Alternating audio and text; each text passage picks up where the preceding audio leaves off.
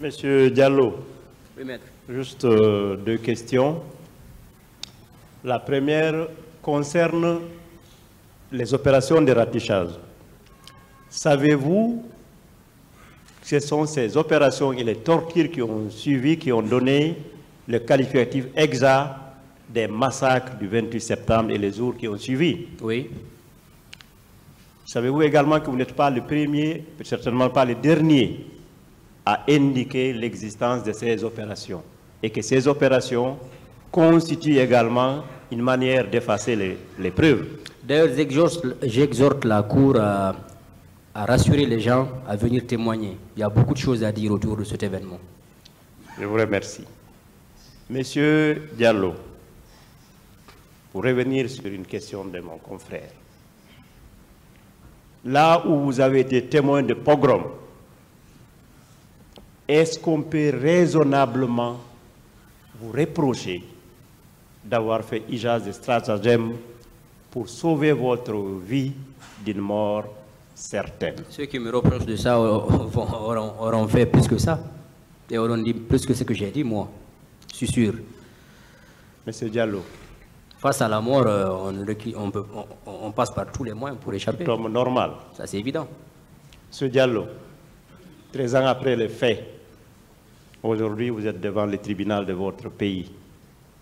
Quel est votre sentiment d'avoir pu livrer cette part de vérité? Je suis très heureux d'avoir pu assister à l'ouverture et au déroulement de ce procès. Et je prie Dieu qu'il continue jusqu'au bout et que les responsabilités soient situées, que les victimes vivantes soient vraiment remis à leur place, que justice soit rendue et que les coupables soient condamnés à la hauteur de leur forfaiture.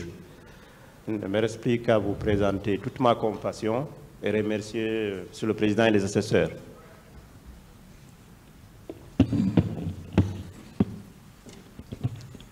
Merci, Monsieur Diallo. Merci, Monsieur le Président et Messieurs les assesseurs. Monsieur Diallo, j'ai juste deux questions à vous poser. Vous étiez au stade, vous avez vu les opposants à la candidature de capitaine Moussa Dadis Camara qui manifestaient.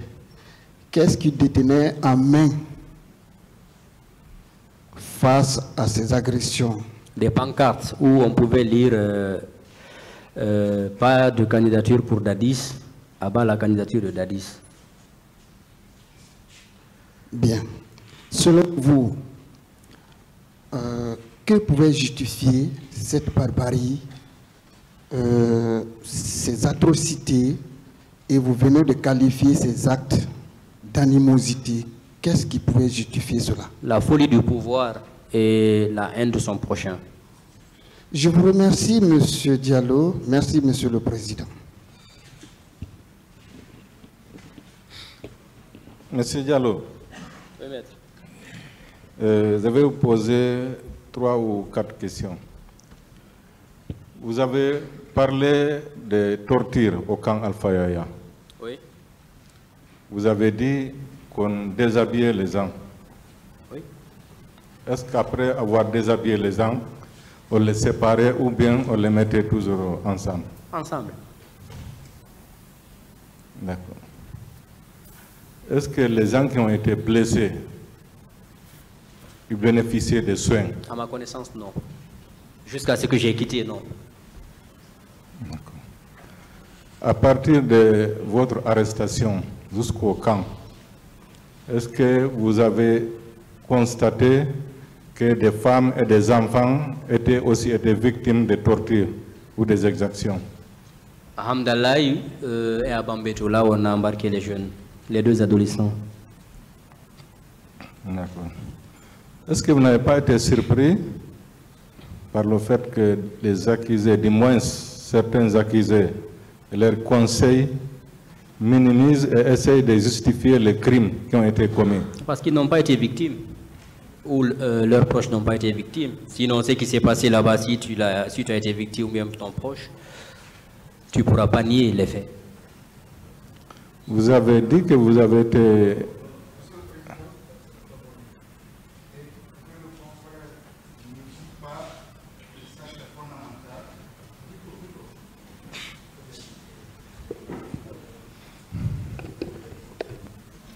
Monsieur le Président.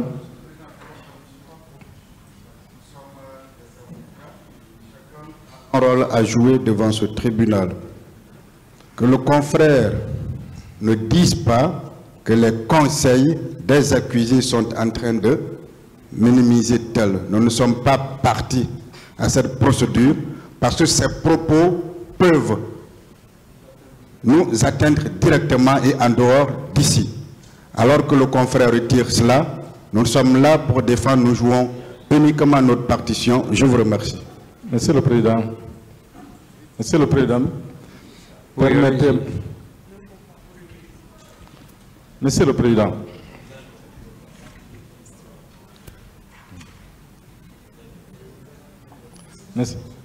Monsieur Diallo, oui. Vous avez été au stade très tôt. Voilà, je pensais que vous vouliez répondre à ce qui a été dit par votre confrère de la Défense. Bon. Voilà. Donc, comme il l'a dit, ne personnalisez pas les questions, s'il vous plaît. D'accord, Monsieur le Président. Je rappelle que tout de suite dans la salle, il y a un des confrères de la Défense qui a posé une question en disant qu'il n'a vu que 6 corps. À notre avis, c'est inadmissible. Même un corps, on ne devrait pas voir, Monsieur le Président. Sachez poser la question, s'il vous plaît. Ce n'est pas un débat. Bon, sachez poser la question.